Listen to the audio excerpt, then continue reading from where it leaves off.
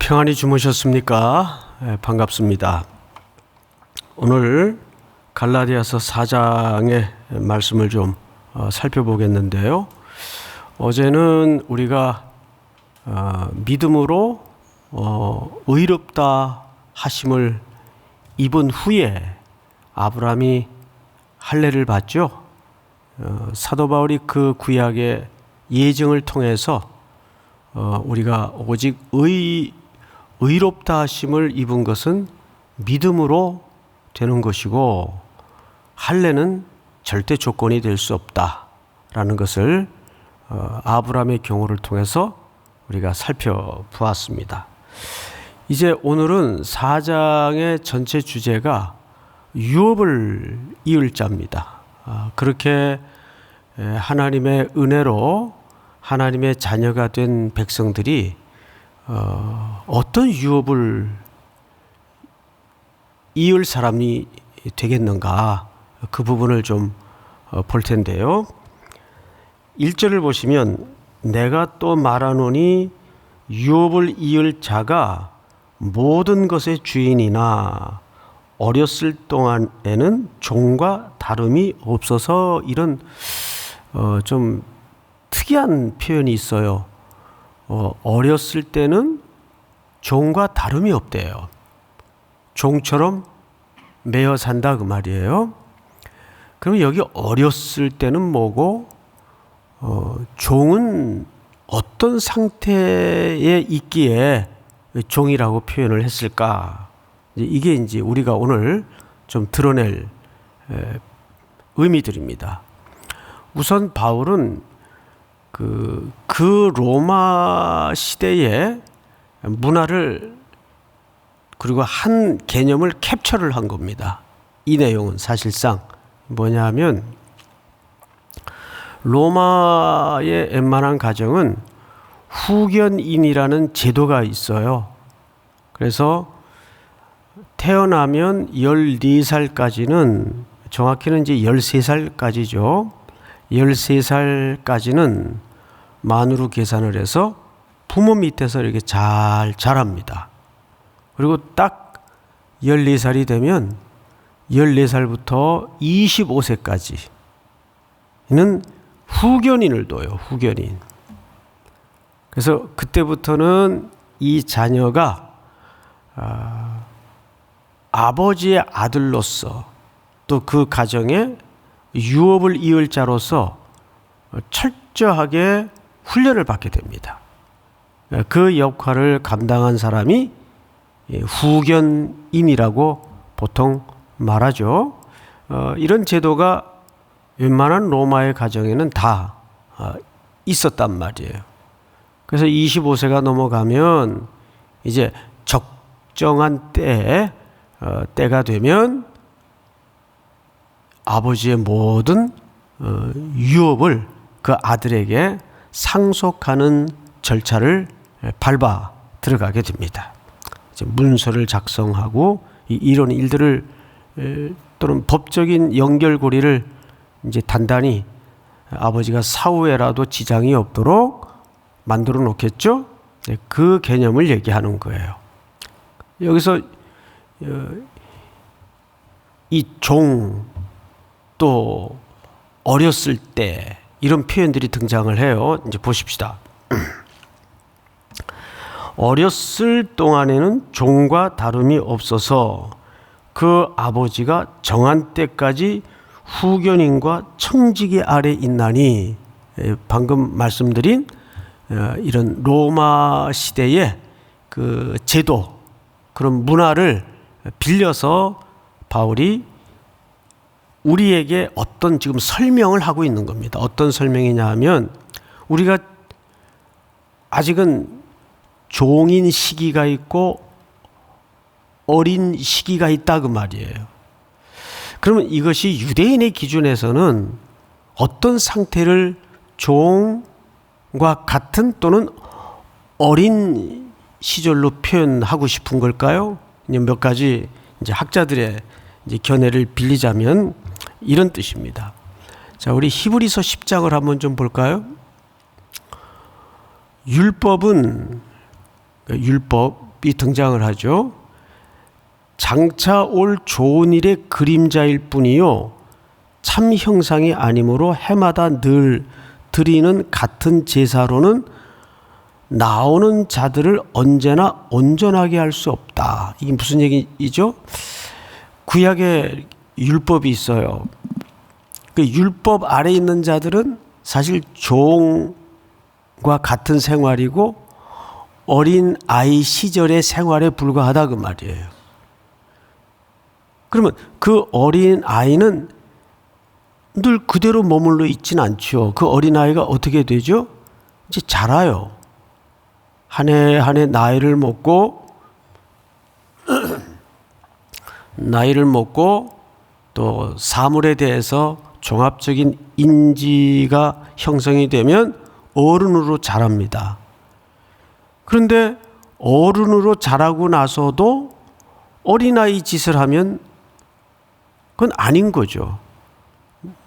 그러니까 이 히브리서 기자가 하고 싶은 얘기는 율법은 마치 우리가 진짜 참 좋은 것을 기다리는 그림자에 불과하다. 우리가 내내 강조한 바와 같이 율법을 통해서 우리는 누구를 대망하게 되고 기다리게 되죠? 그리스도. 온전한 참 진리이신 그리스도를 율법을 통해서 기다리게 돼요. 아이가 이렇게 조그맣게 태어나죠? 뭐 2.5kg, 어떤 애기는 또 4kg짜리도 태어나지만 그 아이가 어쨌든 이렇게 주먹만한 아기가 태어나면 우리는 이 아기가 그대로 그 상태로 머물러 있기를 바라는 부모는 없어요. 이렇게 잘할 걸 알아요. 율법이 마치 그런 성숙과 진전의 과정을 겪어서 율법이 지향했던 실체인 그리스도를 만나게 되는 그림자에 불과하다 그 말이에요. 또 볼까요? 2절.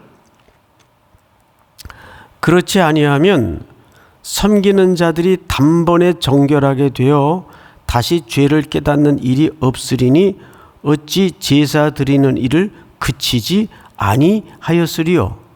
그러니까 구약에서는 그래서 온전한 제사가 아니기 때문에 올해 드리면 내년에 또 드려야 되고 내년에 드리면 그 다음에 또 제물을 잡아서 드려야 되고 그게 온전한 제사 같으면 제사가 자꾸 반복될 필요가 없잖아요.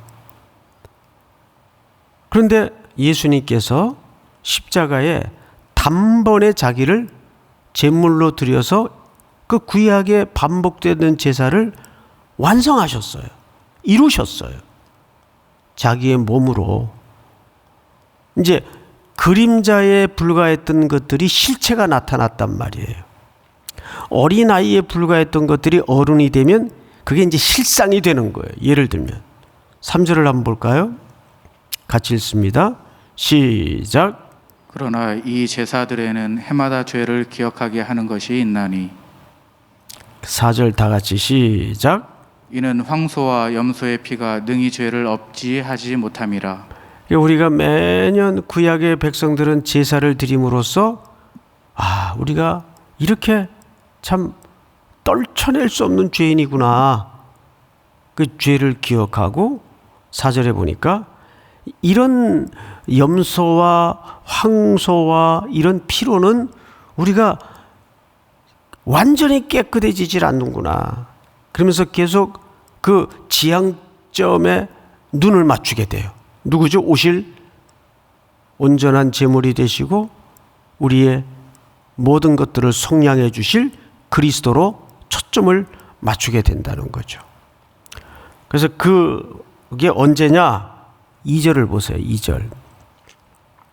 그 아버지가 정한 때까지 후견인과 청지기 아래 있나니 여기 정한 때라고 그랬어요. 정한 때. 이 정한 때가 언제예요? 갈라디아서의 또 하나의 큰 주제인 때가 참에 하나님께서 그 아들을 이 땅에 보내신 사건이에요. 지금까지는 구약의 긴 수천 년의 시간 동안 계속 우리는 온전하지 못한 제사, 온전하지 못한 속죄, 온전하지 못한 제사장들에 의해서 온전한 목적지를 바라보고 있었는데 때가 정한 때까지 후견인과 청지기 아래 있나니 우리 3절을 한번 같이 읽어보십시다. 3절 시작. 이와 같이 우리도 어렸을 때에 이 세상의 초등학문 아래에 있어서 종노릇 하였더니 네, 이와 같이 우리가 어렸을 때에는 초등학문 아래에 있었어요. 초등학문이 뭐예요? 초등학문이라는 것은 우리 처음에 학교 들어가면 제일 먼저 배우는 게 요즘은 전부 선학습을 해오기 때문에 학교 들어온 애들이 글자 모르는 애들이 요즘은 없어요. 근데 저희 때만 해도 학교 애들이 입학을 하면 전부 글을 몰랐어요. 그래서 그때부터 배웠던 게 기역, 니은, 리을, 영어도 마찬가지예요. 영어를 알고 들어온 애들이 없었어요. 요즘은 선생님들보다 영어를 더 많이 잘 발음까지 완벽히 해가지고 들어오죠, 애들이. 그러니까 참 이게 과연 옳은 건지 모르겠어요. 저희 때는 그 알파벳을 떼면 그 다음에 문장, 단어를 외워요, 단어. 사과, 코끼리, 단어를 외워요. 단어 공부가 끝나면 문장을 읽어요, 문장. 1학년 1과에 나왔던 첫 페이지의 문장이 영희야 영희야 이리 와 나하고 놀자.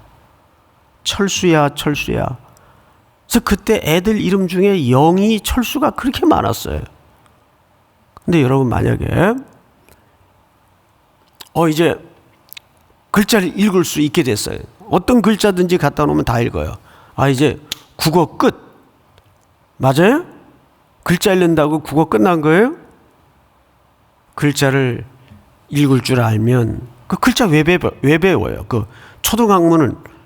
그래서 초등학교라 그러잖아요, 보통. 그 왜 배우죠? 이제 성숙해서 깊은 철학이 담긴 책도 읽고 논문도 읽고 박사학위 공부할 때 논문도 쓰고 그런 성숙한 학문을 배우려고 우리가 기역, 니은, 디귿, 리을 이런 걸 배우는 거죠. 이 초등학문이에요. 바둑을 처음 배울 때도 똑같죠. 우선 집 놓는 법부터 배우잖아요. 그뿐만이 아니에요. 미술도 초등학문이 있어요. 저희 그 학교 다닐 때 맨날 크레용 가지고 제일 많이 그렸던 게 불난집을 그렸던 것 같아요. 불난집을. 그래서 불은 빨간 걸로 그리고 그걸 끄슬린 데는 검은색으로 그리고 빨간색, 검은색밖에는 쓸 줄 몰랐어요. 근데 이 미술의 깊이가 더해지고 그게 전공을 하게 되면 100가지 색깔로 불난집을 그려요. 근데 그 경지를 넘어서면 한 가지 색깔만 가지고도 여러 느낌을 내는 더 높은 경지로 들어갈 수 있는 거죠. 이게 초등학문이에요, 초등학문. 그러니까 율법 아래 있을 때, 율법의 의미를 옳게 몰랐을 때는 인류가 초등학문에 있었어요. 그런데 아직도 교회 내에는 그런 교조적이고 율법주의에 익숙한 신앙의 패턴에 묶여서 아직도 초등학문 수준에 있는 신앙의 그 스타일들이 참 의외로 우리 가운데 많아요. 너나 할 것 없이. 예를 들면 교회에 어떤 문제가 발생하거나 일이 벌어졌어요. 그러면 초등학문에 있는 신앙은 늘 정답은 하나밖에 없는 거예요. 틀렸냐 맞았냐. 그러면 이제 분쟁이 생기고 싸움이 나는 거죠. 근데 문제는 분쟁이 생기고 싸움이 나면 양쪽 얘기를 들어보면 양쪽이 다 진심이에요. 그게 참 어려운 거죠. 그래서 신앙이 성숙해지면, 초등학문의 상황을 벗어나면 진심이 여러 개가 돼요, 여러분. 이걸 잘 들으시기 바랍니다. 신앙이 성숙해지면 진심이 여러 개가 될 수가 있어요. 검은색 하나로도 고도의 미술의 전문가들은 여러 가지 느낌을 낼 수 있듯이, 그래서 예수님은 의외로 굉장히 자유롭고, 진리가 너희를 자유케 하리라. 요한복음 8장의 말씀이 무슨 뜻이에요? 진리가 누구죠? 어떤 개념의 문제가 아니고 예수님이 진리란 말이에요. 그래서 우리는 문화도 달라지고 환경도 달라지고 늘 인간의 삶이 그때는 맞았는데 지금은 틀린 일들이 있고, 그때는 틀렸는데 지금은 또 맞을 수가 있는 것이 세상의 변화예요. 그러니까 너무 한 문제에 집착하는 것도 문제가 있고, 또 이거 안 되면 큰일 나는데 예수님 다시 오시는 외에는 큰일 날 일이 없어요, 별로. 죽고 사는 문제 아니고는 그렇게 교회에서 큰일 날 일이 없어요. 그러니까 조금 우리 성도님들은 진리의 자유로우신 예수님을 마음에 품었다면 조금 여유와 너그러움을 가질 필요가 있어요. 누가 찌르면 잘못했습니다 그러고 그러면 되는 거예요. 자, 그런데 오늘 예수님이 이런 얘기를 해요. 4절, 때가 참에 하나님이 그 아들을 보내사 여자에게서 나게 하시고 율법 아래 나게 하신 것은, 여자에게 나게 했다는 말은 인간의 혈통을 강조한 것이 아니라, 마태복음 1장이 뭘로 시작이 되는지는 아시죠? 그 족보로 시작을 해요. 그리스도의 세계라. 그러니까 그 말은 그리스도의 다윗의 혈통을 강조하는 족보가 아니라 다윗의 족보로 오셨다는 걸 강조하는 거예요. 다시요. 다윗의 혈통으로 오셨다는 걸 강조하는 게 아니에요. 다윗의 계보, 족보로 오셨다는 걸 강조하는 거예요. 왜? 그것이 일관된 오랜 약속이기 때문에. 자, 그런데 그런 이유로 예수님은 여인의 몸에서 남자와 여자가 결합한 결과가 아니라 동정녀에게서 태어나세요. 그리고 어떤 일을 이루시는가? 잘 보십시다. 율법 아래 있는 자들을 뭐 하셨어요? 속량. 아주 중요한 개념이 등장을 하죠. 속량이라는 말은 값을 지불하다 그 뜻이에요. 속량했다. 값을 지불했다 그 말이에요. 그래서 예수님이 십자가에서 마지막 한 말씀이 다 이루었다라는 말은 다 지불되었다 그 뜻이에요. 그러니까 우리의 구원은 절대 공짜라고 표현하면 옳은 표현이 아니에요. 그것이 내게 그냥 은혜로 왔을 뿐이지, 우리의 구원은 어마어마한 값이 지불된 결과예요. 믿습니까? 그게 우리가 받은 선물이에요. 그래서 제가 종종 강조하는 바가, 예수 그리스도께서 우리를 위하여 죽으신 것이 아니라 그 도덕이 되고 윤리가 됩니다. 우리를 대신해서 죽었어요. 정확하게 표현하셔야 돼요. 우리를 위해서 죽으신 것이 아니고 우리를 대신해서 죽었어요. 왜? 십자가에 율법 아래 죽었어야 될 내 죄값을 예수님이 지불하셨기 때문에, 자기를 죽여서 지불하셨기 때문에. 그 왜 그런 대가를 지불하셨나? 요즘 우리가 하나님의 선물이라는 주제로 지금 말씀을 듣고 있죠, 주일마다. 그 이유가 6절에 나와요. 같이 읽습니다. 시작. 너희가 아들임으로 하나님이 그 아들의 영을 우리 마음 가운데 보내사 아빠 아버지라 부르게 하셨느니라. 네. 14살까지 아버지 밑에서 자라다가 14세서부터 25세까지는 누구 밑에 놓인다고요? 후견인. 그때부터는 무시무시하게 훈련을 받아요. 엄하게. 그 청지기 밑에서.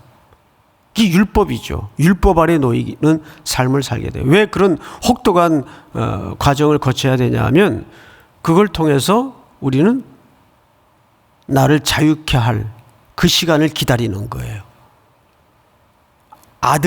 아들로서 인정이 되는 그 시간을 기다리는 거예요. 그래서 성령을 보내셔서 우리 속에 인침을 주시고 자녀를 삼으셨어요. 그래서 뭐라고 부른다고 했죠? 아빠, 아버지라 부르게 하셨느니라.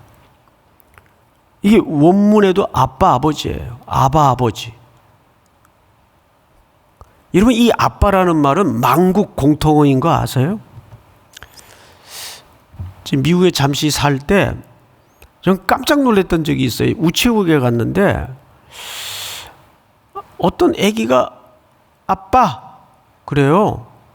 그래서 난 자동적으로 한국말이 들리니까 이렇게 돌아봤어요. 그랬더니 아기가 하나밖에 없는데 멕시칸 그 남자가 아기를 안고 있어요. 근데 얘가 그 멕시칸 아빠겠죠? 아빠한테 정확하게 입모양도 일치하게 아빠. 이게 만국 공통이에요. 놀랍게도. 웬만한 나라의 아기들이 아버지를 부를 때 아빠라 그래, 아빠. 그게 국왕학적 의미로 가장 부르기 편한 그 사운드인지는 몰라도 거긴 전문가가 제가 아니니까 저 깜짝 놀랐어요. 우리 애기들도 아빠 그러잖아요. 안 해보신 것처럼 그러지만 우리가 다 그렇게 자랐죠? 근데 왜 그렇게 이제는 사랑하는 아들로서 자리매김을 하느냐? 결론이 유업을 이어주기 위해서. 6, 7절을 다 같이 한번 읽읍시다. 시작. 그러므로 내가 이후로는 종이 아니요 아들이니 아들이면 하나님으로 말미암아 유업을 받을 자니라. 네. 결론. 마지막 결론입니다. 그럼 도대체 하늘의 유업이 뭐 아파트라도 몇 채 받나? 그런 유업 그런 걸까요? 우리 디모데후서 1장 1절을 한번 볼까요? 하나님의 뜻으로 말미암아 그리스도 예수 안에 있는 생명의 약속대로 그리스도 예수의 사도된 바울은 유업이 뭐예요? 생명의 약속이죠. 생명의 약속은 누구를 얘기합니까? 그리스도. 우리 디도서 1장 한번 볼까요? 같이 읽습니다. 시작. 영생의 소망을 위함이라. 이 영생은 거짓이 없으신 하나님이 영원 전부터 약속하신 것인데. 예, 우리가 하늘의 유업이 결국 뭘 강조하는 거죠? 생명이에요, 생명. 또 3절 같이 읽습니다. 시작. 자기 때에 자기의 말씀을 전도로 나타내셨으니 이 전도는 우리 구주 하나님이 명하신 대로 내게 맡기신 것이라. 우리가 전도를 하는 것은 왜 하죠? 생명을 전하기 위해서. 그래서 요한 1, 2, 3서에서도 보면 우리가 생명을 보았다 그러잖아요. 예수가 생명이잖아요. 그리고 그 생명이 내게로 흘러오는 거 아니에요. 그러니까 하늘의 유업은 생명을 얘기하는 겁니다. 에베소서 3장 띄워주세요. 이는 이방인들이 복음으로 말미암아 그리스도 예수 안에서 함께 또 뭐라 그러죠? 상속자가 되고, 그러니까 이 생명이 유대인에게만 아니라 이방인에게도 흘러가서 그 이방인들도 복음으로 말미암아 그리스도 예수 안에서 함께 상속자가 되고 같이 유업을 이을 자가 되었다 그 말이죠. 함께 지체가 되고 함께 약속에 참여하는 자가 됨이라. 여기 함께 그리고 약속이라는 표현을 쓰고 또 상속이라는 표현이 등장을 해요. 이게 전부 생명을 함께 유업으로 받는 것을 얘기합니다. 다음 절 시작. 이 복음을 위하여 그의 능력이 역사하시는 대로 내게 주신 하나님의 은혜의 선물을 따라 내가 일꾼이 되었노라. 네, 하나님의 은혜의 선물은 그리스도를 얘기하는 것이요 내게 임한 생명을 얘기하는 것입니다. 다음 절 모든 성도 중에 지극히 작은 자보다 더 작은 나에게 이 은혜를 주신 것은 측량할 수 없는 그리스도의 풍성함을 이방인에게 전하게 하시고, 다 같이 9절 시작. 영원부터 만물을 창조하신 하나님 속에 감추어졌던 비밀의 경륜이 어떠한 것을 드러내게 하려 하심이라. 예, 영원부터 만물을 창조하신 하나님 속에 감추었던 것, 그것은 그리스도로 말미암아 우리에게 임하는 은혜와 생명과 선물을 얘기하는 거예요. 그러니까 어쨌든 인류는 그리스도로 그 구원이 완성하도록 돼 있어요. 모든 시대와 인류의 해답은 그리스도일 수밖에 없어요. 오늘도 여러분들이 귀에 못이 배기도록 DNA가 되다시피 우리를 어떻게 만들어야 되냐 하면 그리스도, 예수, 우리가 그분과 함께 유업을 받은 자요, 이을 자요, 전할 자이기 때문에. 근데 이 말씀 붙들고 이제는 초등학문의 신앙에서 이제는 자유하는 자로 일어나게 하시고, 그것이 나의 인위적인 행위나 노력으로 만들어지는 것이 아니라 그리스도 안에 제대로 우리가 머물 때 그 자유가 와요. 믿으십니까? 사람에 대해서도 물질에 대해서도 그리스도 안에 제대로 머물 때 그 부요가 찾아오고 그 자유가 찾아오는 줄을 믿으시기 바랍니다. 우리 오늘 또 수요 예배와 오늘 주신 말씀 붙잡고 간절히 기도하시다가 일어서시기 바랍니다. 다 같이 소리내어 통성으로 기도합니다. 사랑하시는 하나님 아버지 감사합니다. 복된 아침 주의 말씀으로 하루를 여옵니다.